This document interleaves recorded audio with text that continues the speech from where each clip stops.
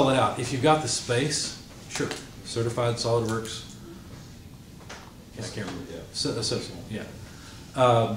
Saying that you're certified, and of course you can capitalize SolidWorks, so they probably recognize the name of the package, right? Now, they're going along the idea of teams. There was one particular student that was in my class once, and it was really interesting. She was a non-traditional student, and she was trying to write her resume, and I was trying to figure out, and I didn't think of it at the time. I thought of it afterward. But she was really unique. She had been a cheerleader for a professional sports group, a professional sports team, which is pretty big accomplishment, right? So she was saying, well, should I put this on my resume or not, right? And I was thinking about it, I was trying to figure out what skills there would be with that. Can you think of what skills there might be that she would present that would benefit the company? I mean, the same as like a sports team or the Boy Scouts, just being able to dedicate yourself to an organization and to better yourself in order to make the team. I think you two are saying basically the same thing. Work ethic, that's a heck of a work ethic, right? You have to be in top physical shape, right? That means dedication, that means denying yourself of the donut you want to eat, right? Which I'm not very good at, obviously. Okay, that's a heck of a work ethic to reach that level of performance. It's kind of like a professional athlete reaching that level, right? That requires serious dedication, determination, and drive to accomplish. I wish I'd thought on the moment, but she wasn't sitting down and asking me, and we weren't writing the resume, it was just on the fly.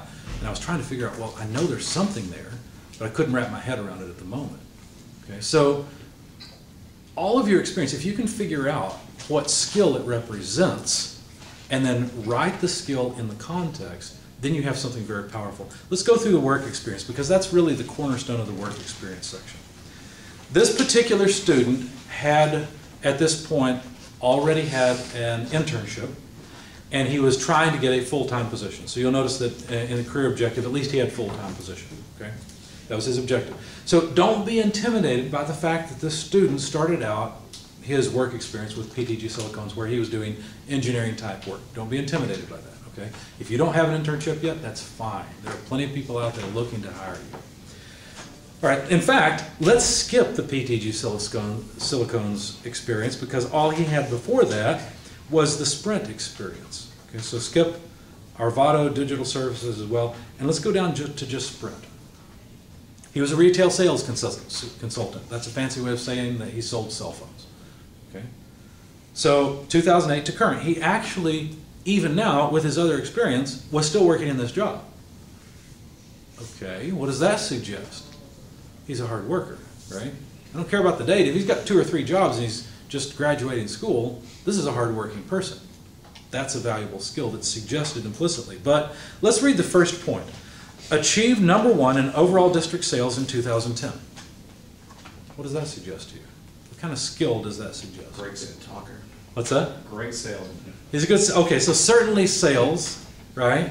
One thing I don't like about this point is that the skill that he's trying to present here is not the first word. Remember how I was talking about the heat map? Good communication skills?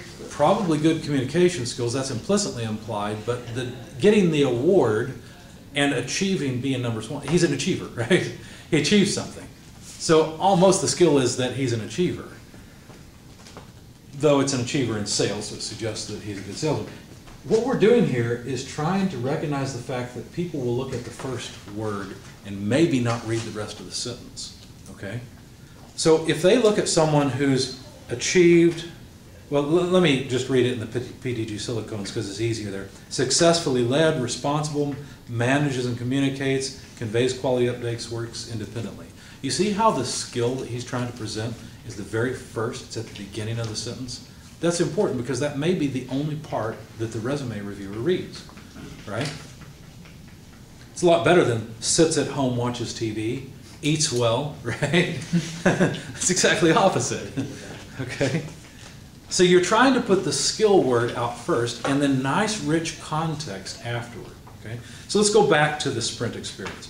Frequently store and district sales leader surpassing quota.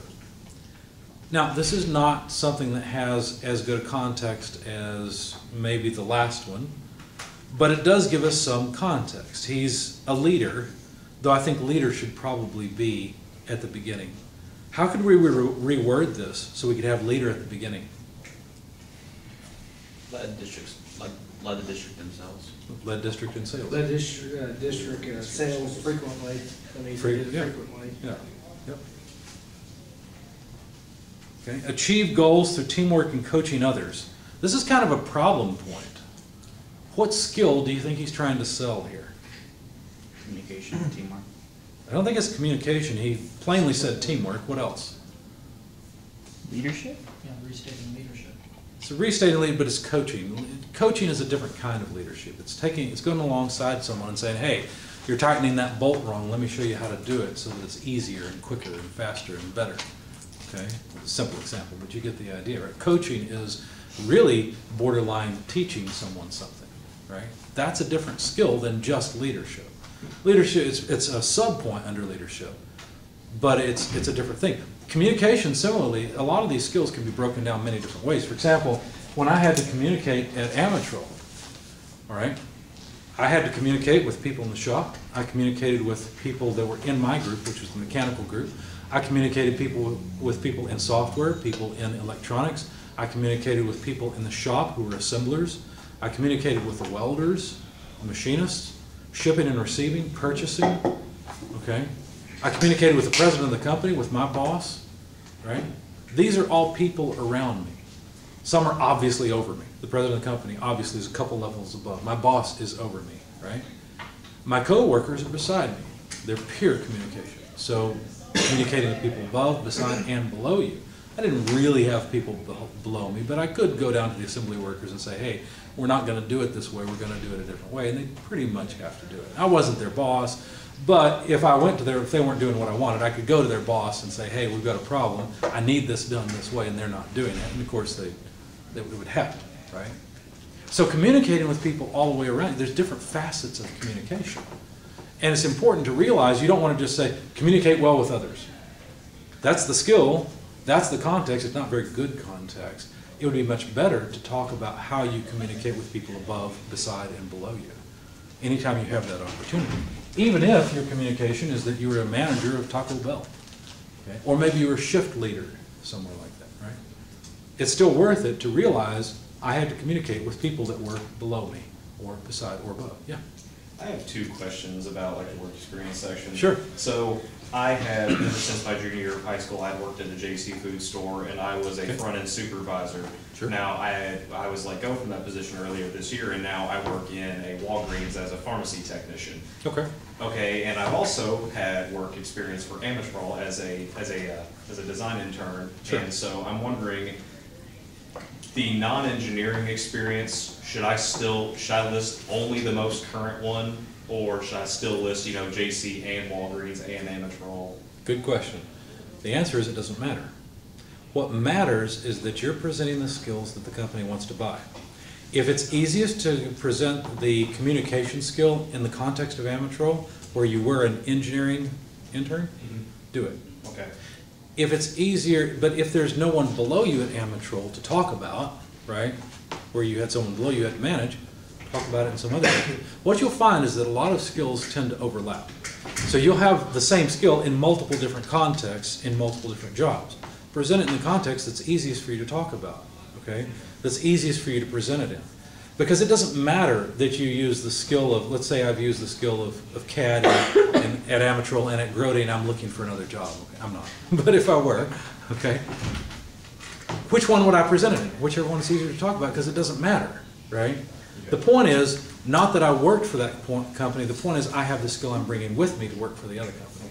Okay. Yeah, another thing too is I've actually talked to one of my dad's friends who works for an engineering company, not for an interview, just had him look at my resume, and he said one thing that might raise eyebrows is the fact that I had an internship with Amatrol, but then that was 2 years ago. Well, this past summer, for medical reasons, I couldn't have an internship, and I'm going into this summer needing an internship, so that might raise eyebrows thinking, why didn't you go back to Amatrol to work, or why didn't you have another internship? Why didn't you continue to work for the company? So would it be unwise to put discontinuing internship due to medical reasons, just to kind of... I would not bother with that. Okay. I think companies are a lot more understanding than you might give them credit for, because they've seen a lot of resumes and they've talked to a lot of people. When you're a student, your job is being a student, okay? If you take the whole summer off and don't do anything, a company couldn't care less. The fact that you showed initiative, you went and got an internship during that time, whether it's with Amatrol or you went back and worked for Walgreens, that just means you're a harder worker, right?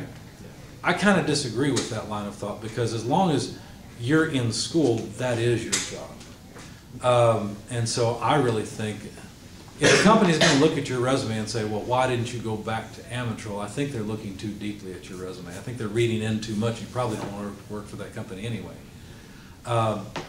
So as far as worrying about discontinuities in your resume, I really don't. There are all kinds of reasons that students might not work during college or might start and stop. If you had 3 or 4 internships you were fired from, that might be a little bit embarrassing. Yeah. Okay, but I don't think that's the case.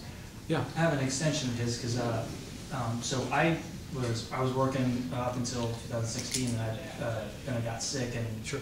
I'm not currently able to work, so I'm going back to school. Sure.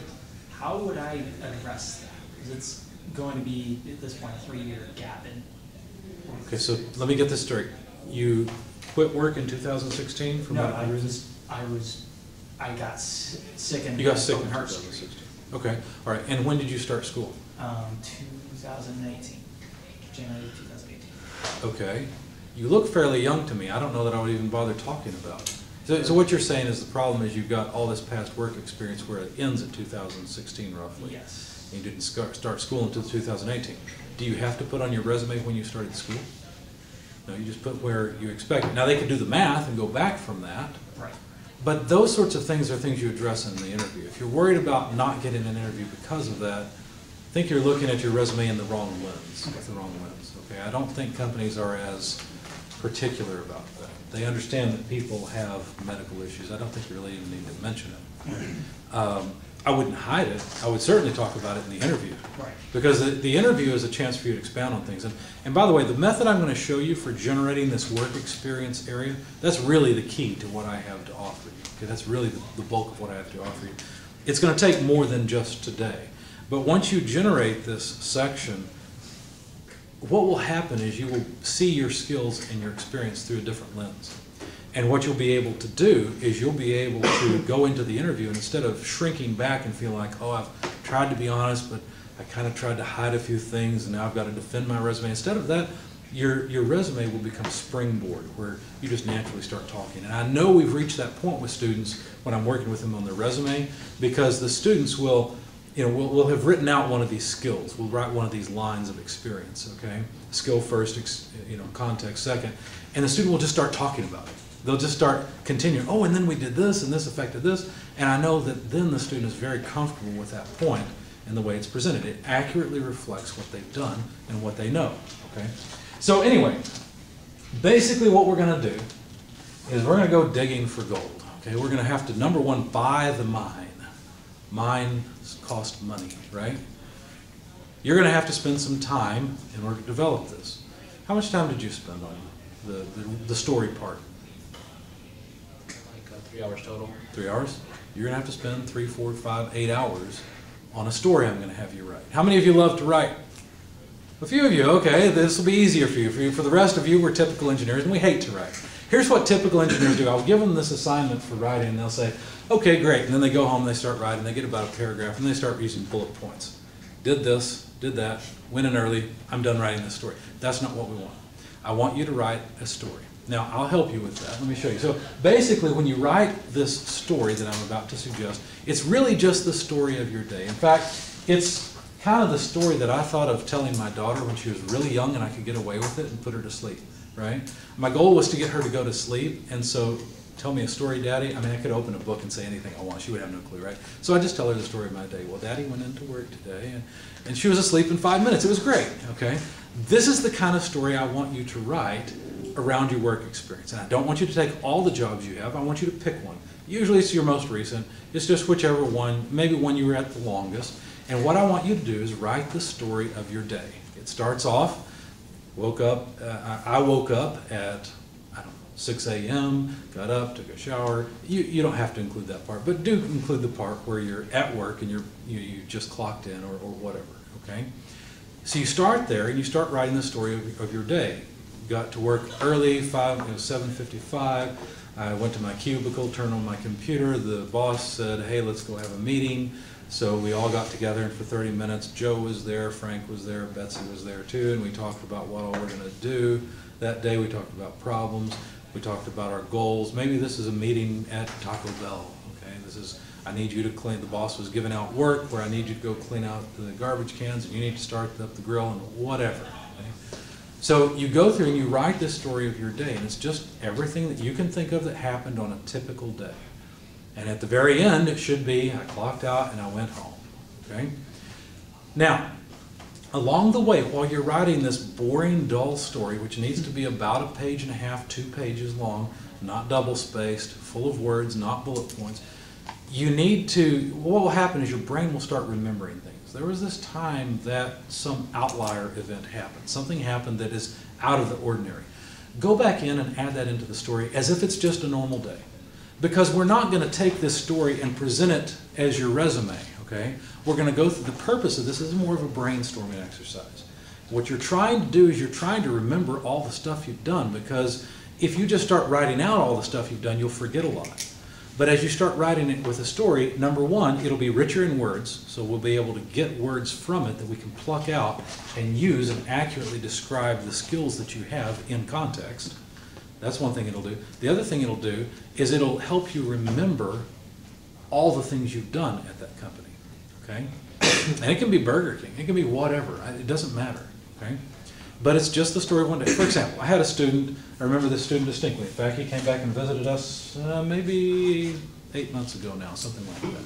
Maybe it was at the break, I don't remember. Anyway, he came and visited us, and I distinctly remember this student. He's working as an engineer now, but I remember him because when he came to me to write his resume, his experience, well, his current job at that time was working at an oil change place.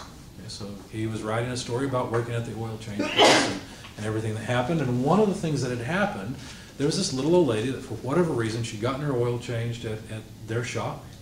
And they had done, you know, somehow they had impressed her. They didn't really know how, but she came to them for everything. Check my brakes, check my windshield washer fluid, right? And they did whatever they could for her. Well, she had called them one day because she was on the side of the road at 65 South and her car had a flat tire, okay?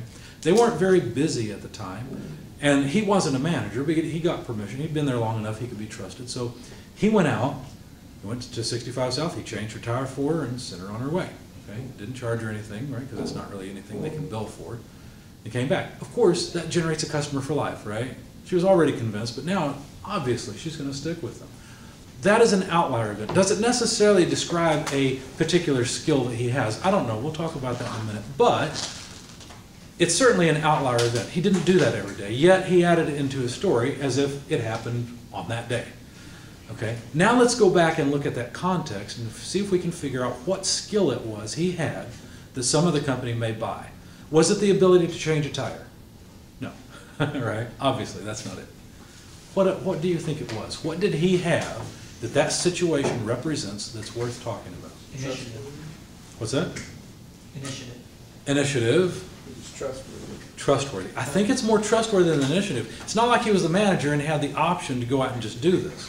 I'd say his morality, because I mean, if he didn't want to go do it, he wouldn't just do it for him. I mean, he obviously cared enough for Sure. to keep around as a customer to go out and do this. So morality, But the okay. company also trusted that he was in a code there and come straight back. I think that's the stronger point, Hit a right? drive-through and whatever. Right, he's not going to go to the local bar and hang out for 3 hours, right? He was trusted to go out and do this. Change. Yeah, exactly. Right. He could have made all kinds of excuses, and yet I think that context shows a skill of trustworthiness. So in his resume, he could have written something like, trusted to go out and change tires, okay, or trusted to go out and service customers on site. That sounds even better, right? Even though it only happened once, that still represents a skill he possesses, right? And it's worth talking about. So anyway, what you've got to do is write a story. It needs to be literally about 2 pages long. Otherwise, it's going to be too short. And it just start off with the story of your day. Just think of everything that happened last time you were there. Write it all down. Don't skip anything. And as you begin to remember other odd things that happened, write them into the story. It doesn't matter if they happen in the morning or the afternoon. We don't care, right? What matters is that you're capturing the experience that you've had, because in that experience, we will find skills. And in those skills, we'll be able to write the skill word and call it what it really is and what it really was, along with very rich context, because the context will simply come from your story. See? Now, along the way, once we've done this and we've pulled out several points, we'll wordsmith it. Not because we're trying to make it more than it is, but because we're trying to make each of these sentences say, well, describe accurately what skill it is you think you have, and accurately describe the context it was used in. So that it's real. It's you. That's what we're trying to get at, right? Not more than you, not less than you, but you. There was another story. We'll go to that in just a minute. There was another story that a student wrote, and once we were getting close to done, was it? No. He came to me with his resume. That's what it was. And I don't remember his last name now, but one of the jobs he had worked at was his last name construction company. Okay? He talked about his father and the skills and things, that he'd worked with. And it looked like he had worked for his dad's construction company. Right? That's the way it looked in the resume. Come to find out, the student had started the construction company, and his dad worked for him.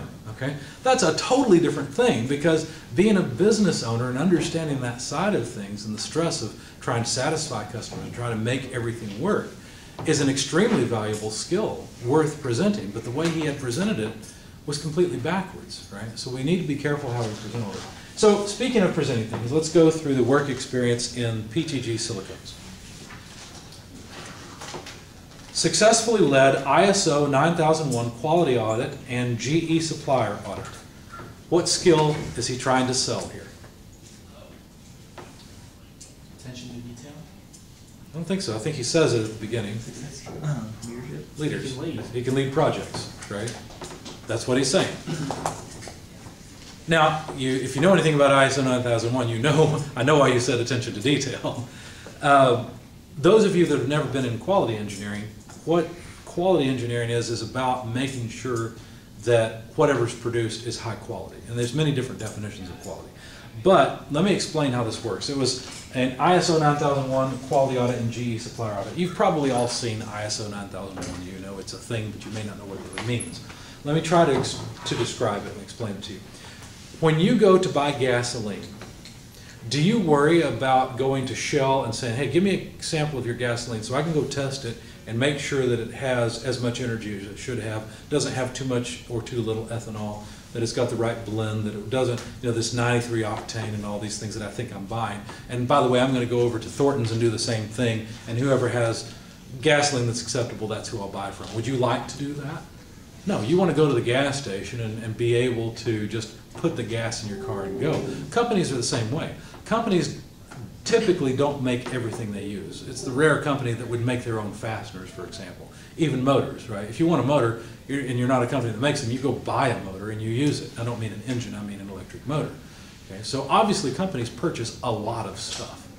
Now, if a company's buying things and they're putting it into their product, or they're relying on these products to be used on the line to generate profit for them and production, do you think they want those things to break? No. So how do you know if what you're buying is quality or not? In other words, that you can rely on it. Well, you could choose to go out to your thousands of suppliers that you buy from, which is not uncommon, and audit each one of them and make sure that they're producing quality and you can rely on them to produce how much you need per month and it'll all be good stuff. Or you could say, hey, do you have an ISO 9001 certification? Because see, there's a third-party company that can come in and verify that each supplier is producing quality stuff, and as long as they are, then they are certified. And as long as you see that certification, you know that means, it's kind of like looking at the gas pump and seeing the 93 octane and seeing that the Bureau of Weight and Measurements has okayed this. Right? You know you're not going to be cheated because a third party has verified that you're getting quality. Does that make sense? That's what ISO 9001 is all about. So if he's working for a company and he's trying to make sure that they're ISO 9001 certified, how important do you think that certification is to the company? It's critical, right? Because if you don't have that certification, that's like being Joe Blow's gas station, right? And hey, I'll sell you some gasoline, colored water, right? You don't know what you're getting from them. Of course you're not going to buy from them, right? So having I'm sorry? Doesn't gas on it clear? It's got some clear. I guess I'm used to diesel because it's green. But anyway, so having that certification is kind of like life and death for this company. Now with that context, he successfully led that audit. That's pretty impressive now, isn't it? Okay. He's a successful leader, and he used it in this skill. You won't have that experience right away. You probably will by the time you're done with your internship. Okay. And a GE supplier audit. You see, it turns out that some companies are big enough that they will do their own auditing instead of worrying about ISO 9001 certification. They need more detail, and so they'll go to select suppliers and say, hey, we want to audit you. Here's what we're looking for. Okay. Now, what do you think would happen if this company had failed their GE supplier audit? GE would stop buying from them, right? GE's a big name. They probably buy a lot of stuff. This is bad, right? These are two huge things. You can see how important a role this student has played in that company. That's a very impressive point. You see how the skill is out at the beginning and very firm support is underneath it in the context. Let's go to one that's horrible. Let's go to the last point because I'm running out of time in PTG Silicones. Works independently with little to no supervision while taking initiative, being resourceful and organized. I think this is a horrible point. I left it in because the goal was good, but the execution was bad. What do you think about that? Comfortable. I mean, I would change that to comfortable with working independently. Using too many words together. Too many words together. It is kind of long. They can each be their own subpoint. He should show it through something he done in the. He should have better context, right? It kind of sounds like it was forced. It's like, it kind of makes it sound like, you know, your boss kind of forced you to work by yourself and you somehow managed to keep it all together. You know what it sounds like to me? It sounds like no different from the statement, I'm wonderful, hire me. What's the difference, right? Not only that, there's a language problem here. Does anybody see the language problem? Read the first point and then read the last one. Present Current. tense, past tense. Present tense, past tense. Well, I think the first one is past tense, successfully led. So that's past. Last one's present. It was Last the one's last present. three bullet points are present, you're talking about manages, conveys, works. I don't mind the past versus present. I don't mind that so much. What else is there? How do you work independently while also leading? Well, let me say it this way. I'm going to use my name, okay? Damon works independently. Does that sound weird? How am I addressing myself? In the third person. This is a third person reference. This is really weird, right? Works independently. He works independently. Why don't you say, I work independently, okay? Or I worked, past tense would be fine, independently. Although you probably want to suggest it's something you can still do. Whereas the supplier audit is something you do once. It's in the past. That's understood. Okay. So you'll notice he changed from first person reference to third person in the third point. Successfully led, responsible for, that's I am. Manages, he conveys, he works independently. So that's a big problem in my opinion. Okay. Let's look at the sprint experience, fourth point. Recognized by manager for tactful dealings with difficult customers while maintaining high customer satisfaction with a CSAT score of 100% satisfaction measured by customer surveys. What do you think about this one? Too long. It's too long. Well, the dead giveaway is that there's 2 lines, right? Each one of these points should be a single line. If it's more than a single line, you better have a darn good thing you're saying, right? Why not shorten that down by saying, obtained just explain what CSAT is, a score of 100% satisfaction. Or Okay. just condense it down to that. If you could. So it's kind of like I don't know if you call that WWN or not, but I mean, CSAT is customer satisfaction, then he said 100% satisfaction. So I was 100% satisfaction on a satisfaction score. Yeah, that's true. Good satisfactory. A lot of times when you have a very long point, it's because you're trying to describe 2 different things. There's 2 different skills here. Think about it. Tactful dealings with difficult customers. How is that different from a CSAT score of 100% satisfaction measured by customer surveys? Conflict management and customer relations. That's right. One is all customers I'm dealing with that manage to give me a review.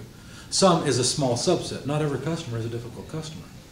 These are 2 different points worth talking about. They should be broken up into 2 different points. It's certainly a skill to say you can work with difficult people.